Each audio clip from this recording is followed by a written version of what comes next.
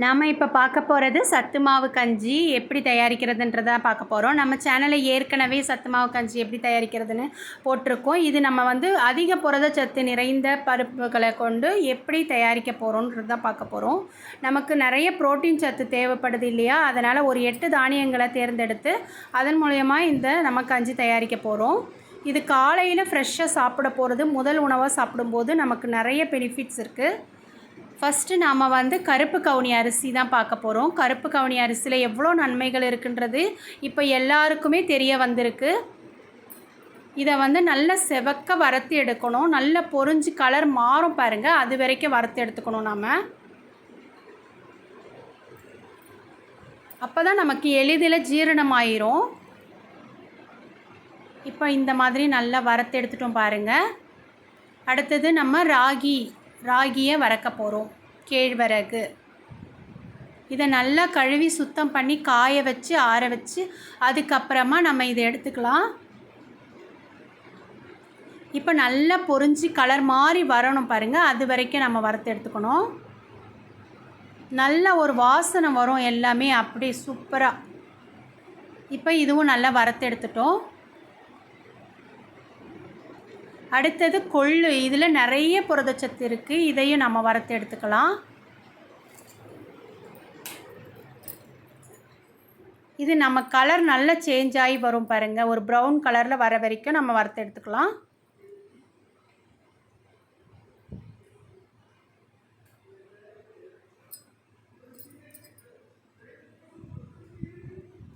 இது கம்பையும் நம்ம வறுத்து எடுத்துக்குவோம். பாருங்கள், கம்பு நல்லா பொரிஞ்சு வருது பாருங்கள், அது வரைக்கும் நம்ம வறுத்து எடுத்துக்கலாம். அதில் ஒரு நல்ல வாசனை வரும், நல்லா பொரிஞ்சும் வரும். இதுக்கப்புறம் வேண்டாம், இது வரைக்கும் நிறுத்திக்கிட்டு வறுத்து எடுத்துக்கலாம். பாருங்கள் எந்த அளவுக்கு பொரிஞ்சு வருது. இதில் ரொம்பவே அதிகமான சத்துக்கள் நிறைஞ்சிருக்கு. இது கருப்பு உளுந்தில் எவ்வளோ சத்து இருக்குன்றது நம்ம எல்லாருக்குமே தெரியும்.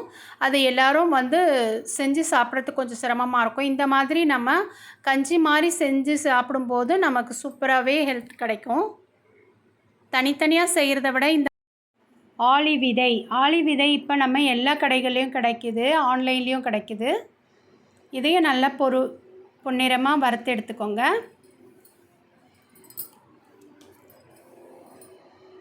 இது நல்லா பொரிஞ்சு வரும் பாருங்கள், மேலே எகிரி குதிக்கும். நல்லா பொரிஞ்சு வரணும், நல்லா வறக்காமல் இருக்கக்கூடாது, நல்லா வறுத்து எடுத்துக்கோங்க.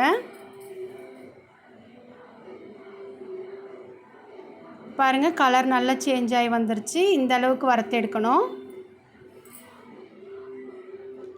இது பூசணி விதை இப்போ நமக்கு ஆன்லைன்லேயும் கிடைக்கிது, கடைகள்லேயும் கிடைக்கிது. இது வாங்கி வறுத்து எடுத்துக்கலாம்.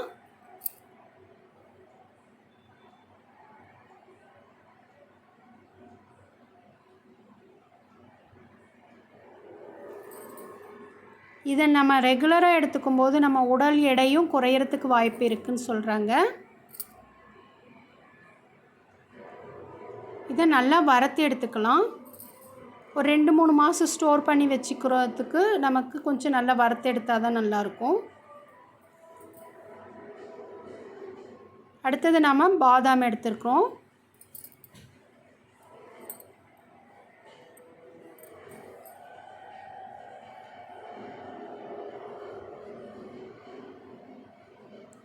நல்லா வறுத்து எடுத்துட்டோம் பாருங்கள். இது வேறு பாத்திரத்துக்கு மாற்றிக்கலாம். நான் ஒரு 2 ஸ்பூன் ஜீரகம் எடுத்திருக்கேன், ஏலக்காய் ஒரு 10 எடுத்திருக்கேன், சுக்கு ஒரு சின்ன துண்டு. இது எதுக்குன்னா நமக்கு ஈஸியாக ஜீரணம் ஆகும், அதுக்காக தான்.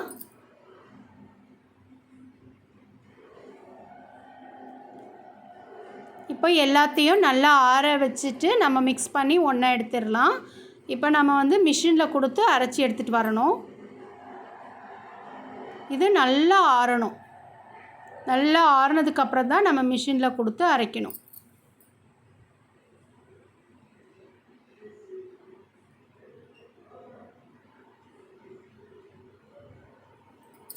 இதோட குவான்டிட்டி நீங்கள் கூட குறைச்சி சேர்த்துக்கலாம்.